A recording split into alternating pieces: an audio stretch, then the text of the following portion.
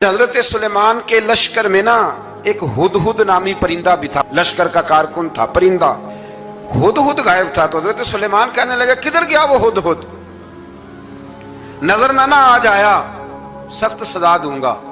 यहां तो कोई अच्छी खबर लाएगा, क्योंकि वो हुदहुद परिंदा जाता था तो खबरें ला के देता था, वरना सजा दूंगा। उतनी देर में हुदहुद भी आ गया। तो ये परिंदे जो कारकुन होते हैं बड़े सियाने होते हैं, कभी बंदा नाराज हो तो सही खबरें ले आते हैं।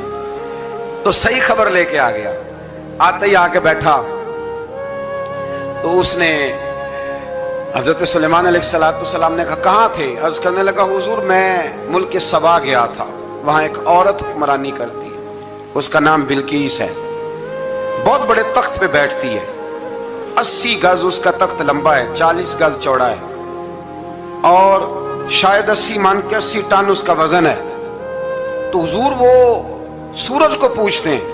हज़रत सुलेमान ने फौरन खत लिखा, फरमाया जाकर उसे मेरा खत दे दो कि यहाँ तो कलमा पढ़ के हमारी फरमा बरदार बन जाए, वरना तैयार हो जाए, जो अल्लाह के गैर को पूछते हैं हम उनके खिलाफ जंग करेंगे। वो जब लेके गए ना खत, ये हुदूद गया तो वो मीटिंग कर रही थी, उसके वजीर मशीर सारे बैठे थे। इसने जाके खत फेंक दिया मलका बिल्कीस की झोली में। उसने खत पढ़ा तो डर गई, वजीरों को बुलाया। हजरत सुलेमान, कुरान कहता है हजरत सुलेमान ने कहा था खत फेंक के ना तो साइड पे होके सुनना वो क्या कहता है। बंदों के लिए मना है, परिंदों के लिए जायज है। बंदों के लिए मना है साइड पे होके सुनना। हाँ, जिसकी जासूसी की ड्यूटी हो, कुफर की जासूसी, उस बंदे के लिए भी जायज है। तो यहाँ एक तो वो परिंदे थे, दूसरा कुफर की जासूसी कर रहे थे। साइड पे होके सुनने लगे तो मलका बिल्कीस कहने लगी अब क्या करना है, ये खत आया है। तो वो कहने लगे हम तैयार हैं, आप हुक्म करें, हम लड़ने को तैयार हैं, लड़ेंगे। वो कहने लगी नहीं, तेजी ना दिखाओ। कुरान मजीद कहता है कि वो कहने लगी जब लड़ाइयाँ होती हैं तो शहर तबाह होते हैं, मुल्क खंडर बन जाते हैं, लड़ाई मसले का हल नहीं है। उन्होंने कहा कि मैं नबी हूं, तो एक दफा आजमा लेते हैं कि नबी हैं कि नहीं। माज़अल्लाह आजमा लेते हैं। कहा कैसे? कहने लगी तोहफे तो आए भेजते हैं, अगर माल पर दिल ललचा गया तो फिर नबी नहीं बादशाह है, और अगर माल पर दिल ललचाया ना तो फिर अल्लाह के कामिल बंदे। ये फर्क उसने उस वक्त बयान किया।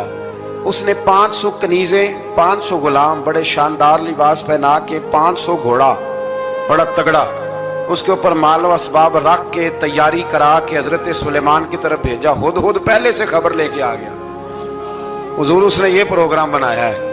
वो जब आया सारा कुछ तो हजरत सुलेमान देख के जलाल में आ गए, फरमाने लगे उसे जाके कह दो तू मुझे क्या तोहफे भेजेगी, मेरे रब ने मुझे माला माल फरमाया हुआ है, ने माला माल किया मेरे मालिक ने। जा उसे जाके कह तू क्या तोहफे देगी। जब रब देता है तो फिर कोई कमी ना ना वो नहीं छोड़ता। बंदे क्या दे सकते हैं, बंदे तो बेचारे 10 दे के तो 10 दिन उनकी आंखें नहीं खुलती। फरमाया मुझे अल्लाह ने जो दिया है क्या बात है उसके देने की। तो फरमाया उसे कहो या फरमाबरदार होके आ जाए या जंग के लिए तैयार हो जाए, हम उसे उसके शहर से जलील करके निकाल देंगे।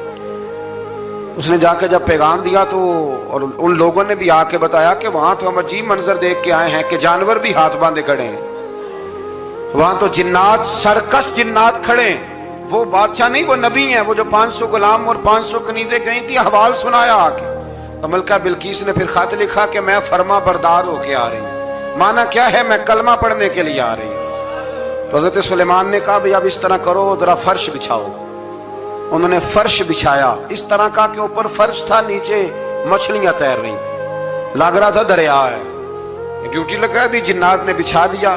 उधर हजरत सैयदना सुलेमान फरमाने लगे अब चूंकि मान के आ रही है तो उसे अपनी नबुव्वत की अलामतें भी दिखानी है। उसने तख्त बड़ा शानदार बनवाया था, और खवातीन में जो आदतें खवातीन वाली होती हैं वो जाती नहीं।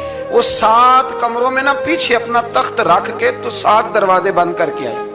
उस जमाने में एक रिवाज था, वो जुलेखा ने भी 7 दरवाजे मुकफ्फल के एक रिवाज था। एक कमरा, फिर कमरे के पीछे कमरा, फिर उसके पीछे कमरा, फिर उसके पीछे कमरा, और उसको बड़े मोटे ताले लगाए जाते थे। और फलसफा ये था कि एक ताला तोड़ेगा कोई तो जब तक सिपाही आ जाएंगे, और अगर उसके तोड़ने तक ना आए तो दूसरे के तोड़ने तक आ जाएंगे, और उसके तोड़ने तक ना आए तो 7वें तक तो आ ही जाएंगे। ये उन लोगों का नफसियाती मामला था, सोच थी। 7 कमरों में मुकफ्फल करके ना वो निकली। तो हजरत सुलेमान अलैहिस्सलाम कहने लगे भाई मुझे उसका तख्त चाहिए उसके आने से पहले, उसके आने से اس واقعے کی کیا ضرورت تھی قرآن پاک میں؟ یہ کیا حاجت تھی یہ تخت والی ساری بات قرآن نے کیوں بیان کی؟ پوچھیں آپ اپنے دل سے بھی اور انکار کرنے والے منکرین سے بھی، اس کی کیا ضرورت تھی؟ وہ جو کہتے ہیں جی ولی کی کرامت کی کیا ضرورت ہے، سیدھی سیدھی نماز پڑھو، روزہ رکھو، حج کرو، زکوٰۃ دو، تو پوچھو ان سے ایک سورت نمل کے اندر اس ساری تفصیل کی کیا ضرورت تھی؟ ختم ہو گئی جب وہ کلمہ جو پڑھ رہی ہے، تو پھر اس سارے واقعے کو رب کیوں بیان فرماتا ہے؟ حضرت سیدنا سلیمان فرمانے لگے تخت چاہیے، اور چاہیے اس کے آنے سے پہلے۔ قال عفریت من الجن، جنوں میں سے ایک بہت بڑا جن بولا، کہنے لگا حضور آپ کا یہ تخت برخاست ہونے سے پہلے لے آؤں گا۔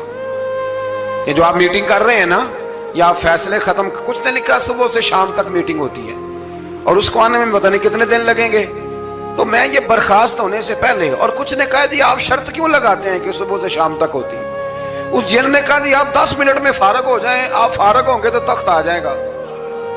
مفسرین نے لکھا ہے کہ جب قرآن کہتا ہے کہ اس نے کہا کہ آپ کے فارغ ہونے سے پہلے، اس کا مطلب ہے کہ جب آپ اٹھیں گے، یہ جگہ خالی کر دیں گے تو تخت یہاں آئے گا۔ تو حضرت سلیمان کی تو بادشاہت تھی نا زمانے پہ، فرمانے لگے نہیں نہیں تو لیٹ ہے، تو لیٹ ہے، تو ہمیں جانتا ہی نہیں ہے، یہ تو لیٹ ہے، ابھی ہماری طاقت اس سے زیادہ ہے۔ بڑی کمال بات لکھی ہے لکھنے والوں نے۔ ایک مفسر نے لکھا ہے کہ ابھی حضرت سلیمان نے غلاموں سے منگوایا ہے، اپنی بات کوئی نہیں کی، یہ حال ہے ان کے غلاموں کا، تو سردار کا عالم کیا ہوگا؟ حضرت سلیمان کہنے لگے بھی جلدی جائیے۔ قال الذی عنده علم من الکتاب انا آتیک بہ قبل ان یرتد الیک طرفک، تو اٹھا ان میں سے وہ جس کے پاس کتاب میں سے علم تھا، ساری کتاب کا بھی نہیں، علم من الکتاب، کتاب، وہ اٹھے جن کے پاس کتاب میں سے علم تھا، تو وہ اٹھ کے کہنے لگے حضور میں لے آؤں گا، کب؟ آپ کے آنکھ جھپکنے سے، میں آنکھ جھپکنے سے پہلے لے آؤں گا۔ تو حضرت سلیمان کہنے لگے تو ٹھیک ہے چل لا، پھر آنکھ جھپکنے سے پھر وہ تخت آ گیا۔ حضرت سلیمان سے پوچھا یہ کیا ہے؟ قال ھذا من فضل ربی، فرمانے لگے کچھ بھی نہیں۔ حضرت سلیمان کہنے لگے یہ میرے رب کا فضل ہے۔